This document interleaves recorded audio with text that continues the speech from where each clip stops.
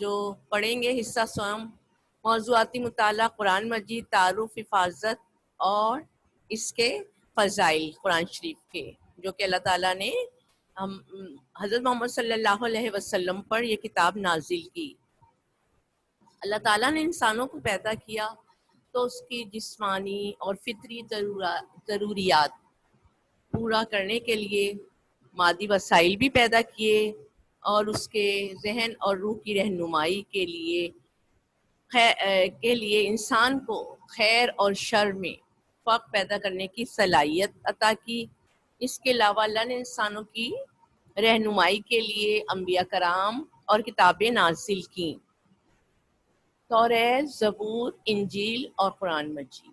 قرآن مجید ہمارے پیارے نبی حضرت محمد صلی اللہ علیہ وسلم پر نازل فرمایا یہ اللہ کی آخری کتاب ہے، جو کہ تمام بنی نوع انسان کے لیے ہدایت کا سرچشمہ ہے۔ اس سے پہلے جو کتابیں میں نے آپ کو بتایا کہ توریت، زبور، انجیل،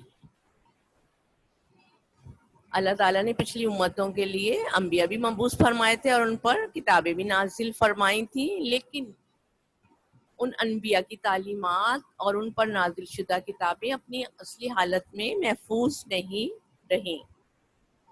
تو اللہ تعالیٰ کا ارشاد ہے قرآن کے بارے میں، اور تمہاری طرف ہم نے یہ کتاب نازل کی، یہ حق لے کر آئی ہے، اس سے پہلے جو آسمانی کتابیں آئی ہیں ان کی تصدیق کرنے والی ہے اور ان کی محافظ اور نگہبان ہے۔ قرآن مجید انسانی زندگی کے تمام پہلوؤں کے متعلق رہنمائی کرتا ہے۔ سورہ انعام میں ہے کہ کوئی خشک اور تر نہیں جو قرآن مجید میں نہ ہو۔ اللہ تعالیٰ کا ارشاد ہے یہ کتاب ہم نے برکت والی نازل کی، اتاری، تو تم اس کی پیروی کرو اور اللہ سے ڈرو، تاکہ ہو سکتا ہے کہ تم پر رحم کیا جائے۔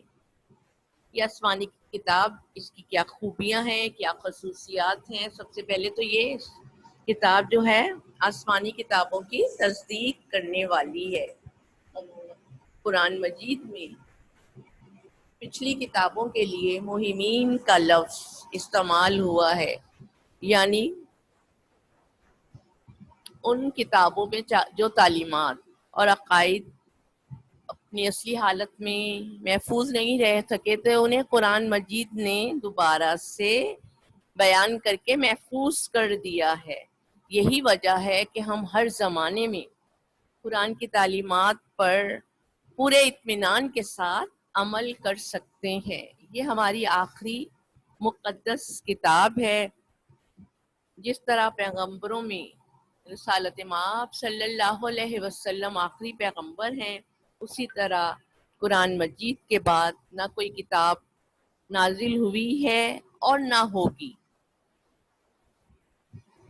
اللہ تعالیٰ نے قرآن مجید کو تمام انسانوں، زمانوں اور جنات کے لیے ذریعہ ہدایت بنایا ہے۔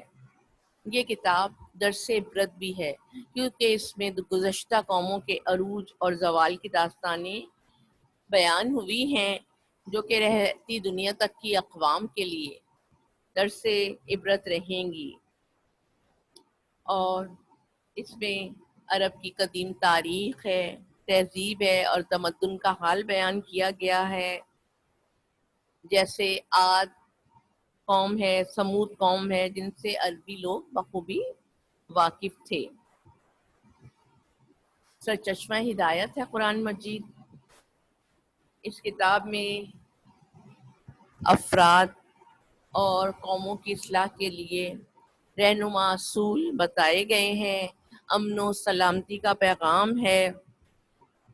اس کتاب نے امن و سلامتی کا پیغام اور آزادی اور مساوات کا درس دیا ہے۔ کالے کو گورے پر اور گورے کو کالے پر کوئی فرق نہیں ہے، عربی کو اجمی پر کوئی فضیلت حاصل نہیں ہے، اور تمام تعصبات چاہے وہ علاقائی ہوں، نسلی ہوں یا لسانی ہوں، ان تمام تعصبات کو مٹا کر ایک ایسے معاشرے کی بنیاد رکھی جس میں کہ شرافت اور بزرگی معیار ہے، اور تقوی کی بنیاد رکھی۔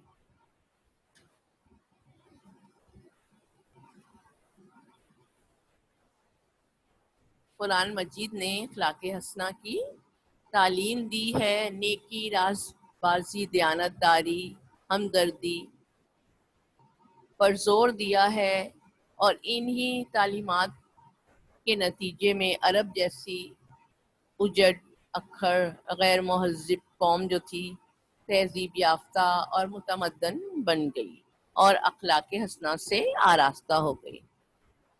قرآن مجید اپنے احکامات کو بہت مؤثر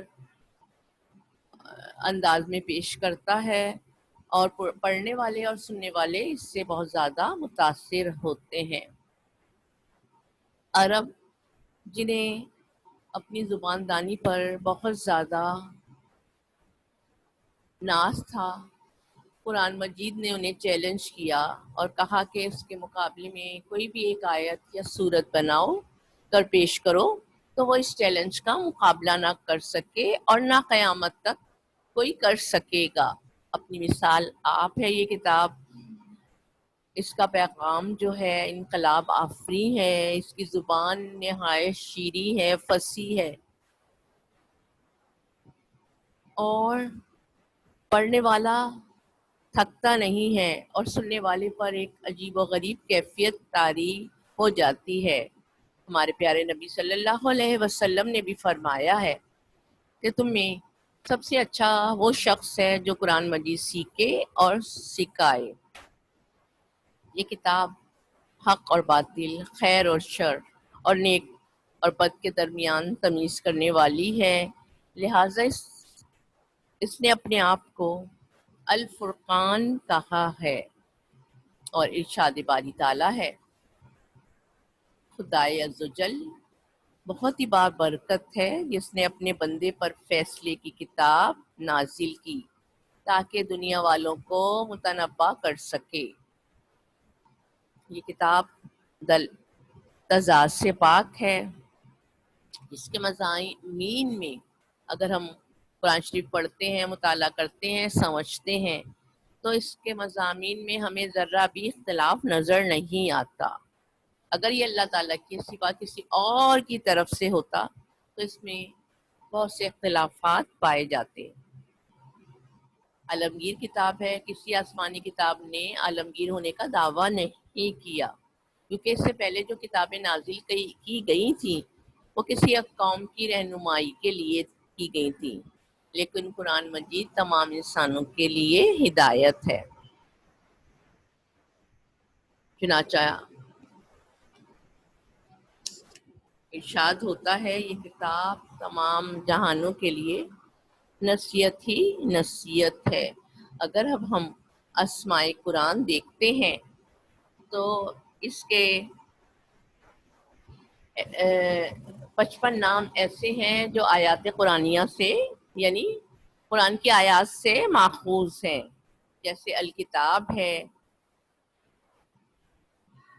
دنیا کی تمام کتابوں میں قرآن کہلانے کا مستحق قرآن ہی ہے۔ الفرقان ہے، سچ اور جھوٹ میں اور حق اور باطل میں فرق کرنے والی کتاب ہے۔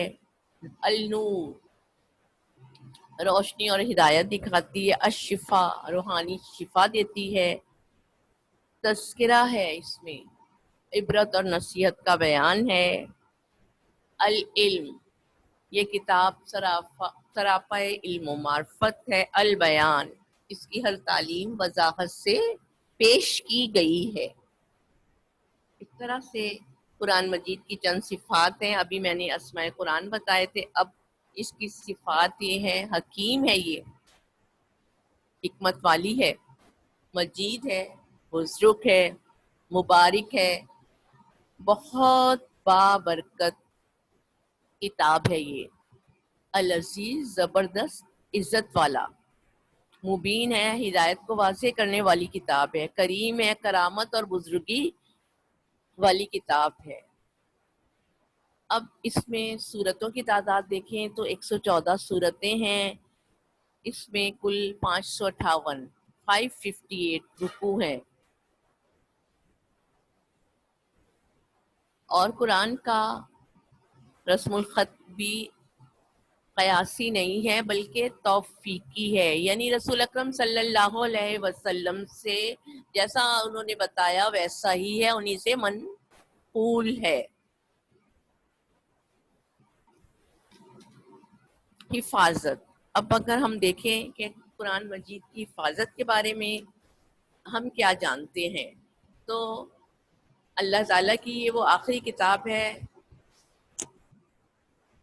جو تمام انسانوں کی ہدایت کے لیے روح الامین کے ذریعے آپ صلی اللہ علیہ وسلم پر بتدریج نازل ہوئی، اور اس کی حفاظت کی ذمہ داری بھی اللہ تعالیٰ نے خود ہی لی ہے۔ سورہ حجر میں ارشاد ہے، اِنَّا نَحْنُ نَزَّلْنَا الذِّکْرَ وَإِنَّا لَهُ لَحَافِظُونَ، بلا شبہ یہ ذکر ہم نے نازل کیا اور ہم خود اس کے محافظ ہیں۔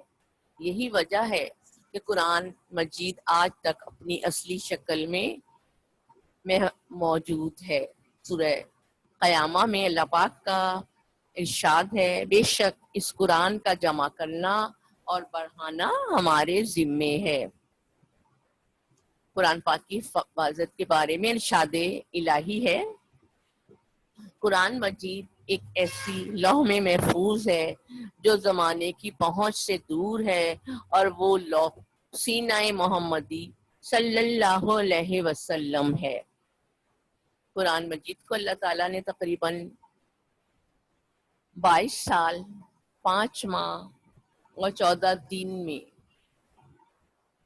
بقدر ضرورت کے مطابق روح الامین کے ذریعے آپ صلی اللہ علیہ وسلم کے قلب پر نازل کیا۔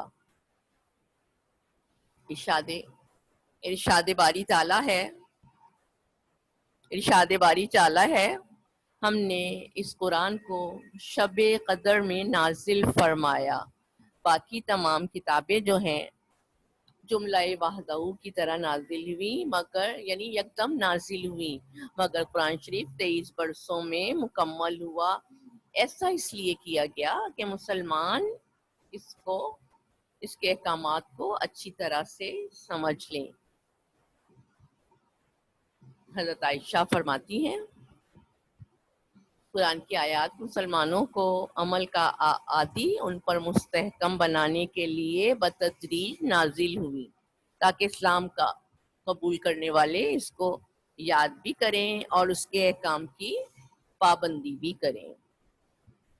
اب اگر ہم دیکھیں کہ قرآن مجید کی تدوین کے اور جمع کرنے کے لیے کتنے ادوار ہیں، تو اس کے 3 دور ہیں۔ سب سے پہلا دور عہد رسالت مآب صلی اللہ علیہ وسلم ہے، دوسرا دور عہد صدیق اکبر ہے، اور تیسرا دور عہد عثمانی ہے۔ آپ صلی اللہ علیہ وسلم کا عہد جو ہے عہد رسالت مآب صلی اللہ علیہ وسلم 23 برس کے عرصے میں قرآن بتدریج نازل ہوا۔ جب بھی قرآن کی آیات نازل ہوتی تھی تو حضور صلی اللہ علیہ وسلم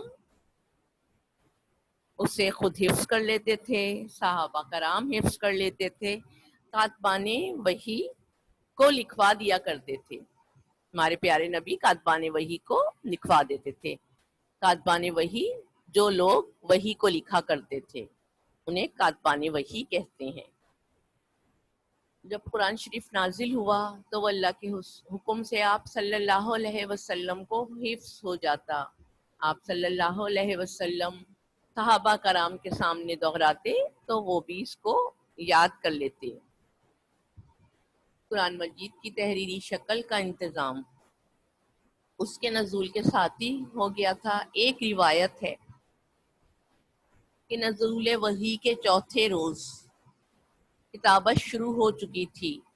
یاد رکھیے گا بیٹا، چوتھا دن جب نبی کریم پر وحی نازل ہوئی تو اس کے چوتھے دن سے ہی کتابت شروع ہو چکی تھی۔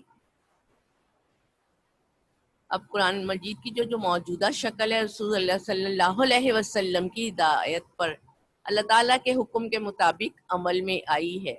اور اس کا طریقہ کیا تھا کہ جب بھی کوئی وحی نازل ہوتی تو رسول اکرم صلی اللہ علیہ وسلم کتابت کرنے والے کسی بھی صحابی کو طلب فرماتے تھے اور نازل شدہ آیات کو کے مطابق ہدایت دیتے کہ اس حصے کو فلاں صورت کے شروع، درمیان یا آخر میں درج کر دیں۔ اور سب سے پہلے کاتب وحی خالد بن سعید تھے جنہیں کتابت وحی کا شرف حاصل ہوا۔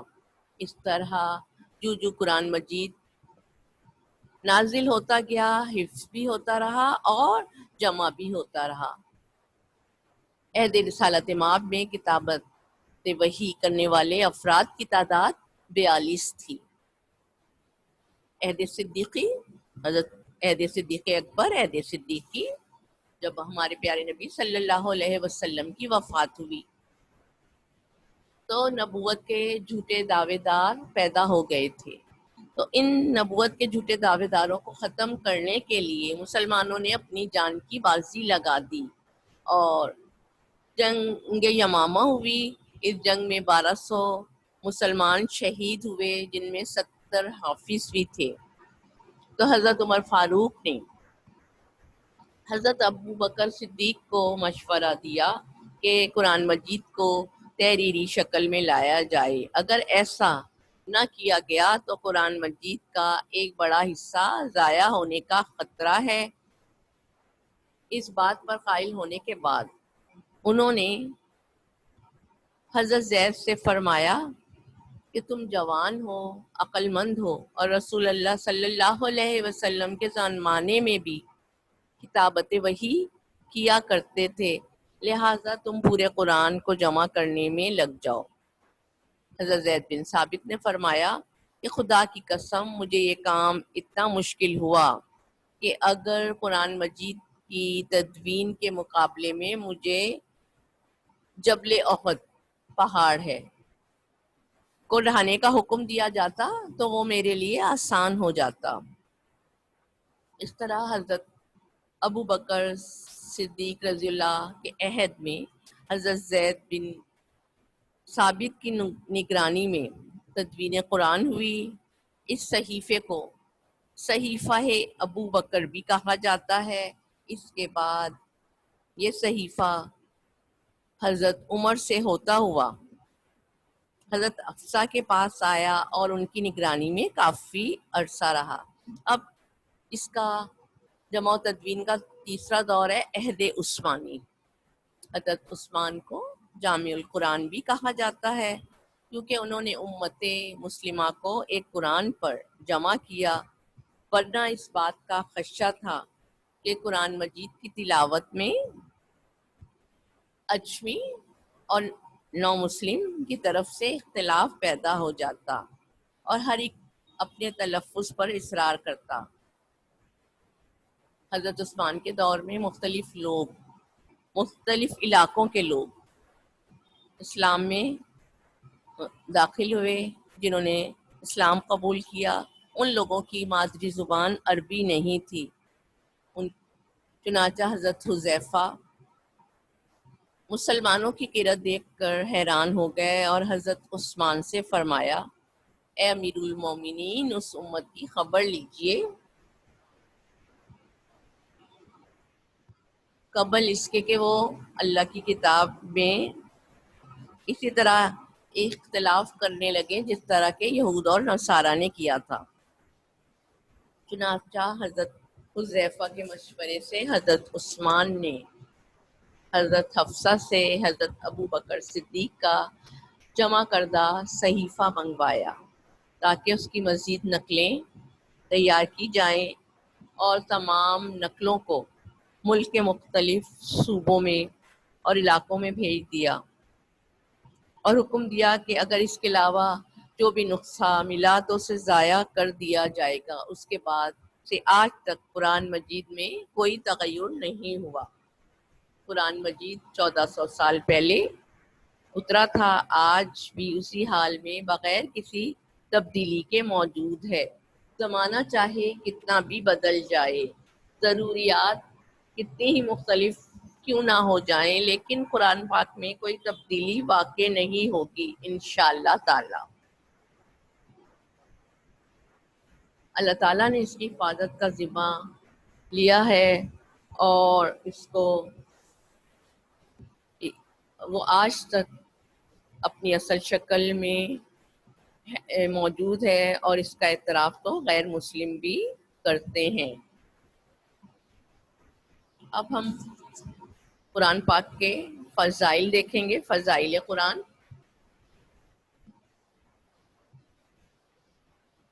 قرآن مجید اللہ تعالیٰ کی وہ آخری کتاب ہے جو اللہ تعالیٰ نے مسلمانوں کی ہدایت کے لیے روح الامین کے ذریعے آپ صلی اللہ علیہ وسلم پر نازل کی۔ اللہ تعالیٰ نے اس دنیا میں 1,24,000 پیغمبر بھیجے، جن میں سے 4 پر مختلف اوقات میں آسمانی کتابیں نازل کی گئیں۔ 3 کتابیں اپنے اقوام کے لوگوں کی تحریف سے پاک نہیں رہیں، لیکن قرآن پاک کی حفاظت کا ذمہ، جیسا کہ ابھی میں نے آپ کو بتایا، خود ذات باری تعالیٰ نے لیا ہے کہ یہ میرا کلام ہے اور میں خود اس کا محافظ ہوں۔ یہ ایک ایسی فضیلت اور برتری ہے جو اسے دوسری آسمانی کتابوں سے ممتاز ثابت کرتی ہے۔ لفظ قرآن جس کے معنی ہیں ایسی پڑھی ہوئی کتاب کے ہیں جس میں سب جمع کر دیا ہو۔ یہ ایک ایسی کتاب ہے جس میں ہر فرد کی زندگی کے ہر شعبے کے بارے میں ہدایت اور رہنمائی موجود ہے۔ حدیث مبارکہ ہے، قرآن کی فضیلت تمام کتابوں پر ایسی ہے جیسے اللہ کی مخلوق پر۔ اس کتاب میں انسان کی رہنمائی کے لیے تمام ہدایات ہیں۔ یہ ایک مکمل ضابطہ حیات ہے، اس کے بہت سارے فضائل ہیں۔ قرآن مجید میں عقیدہ توحید کو بنیادی حیثیت حاصل ہے۔ قرآن مجید میں اس کا ذکر بار بار ہوا ہے۔ توحید یہ ہے کہ اللہ تعالیٰ وحدہ لا شریک ہے۔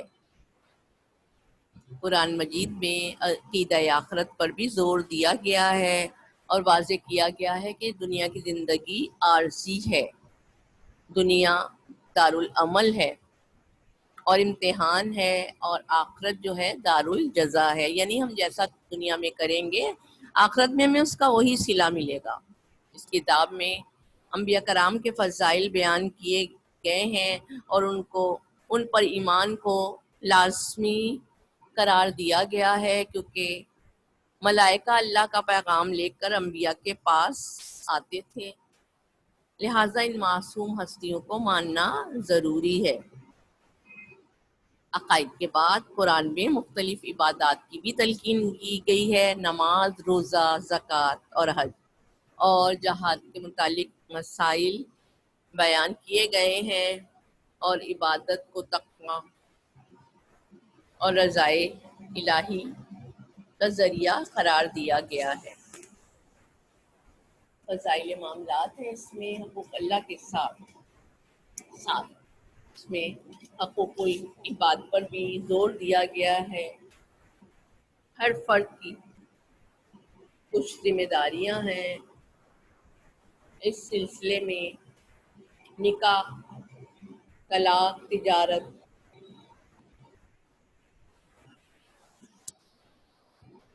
اور لین دین شامل ہیں۔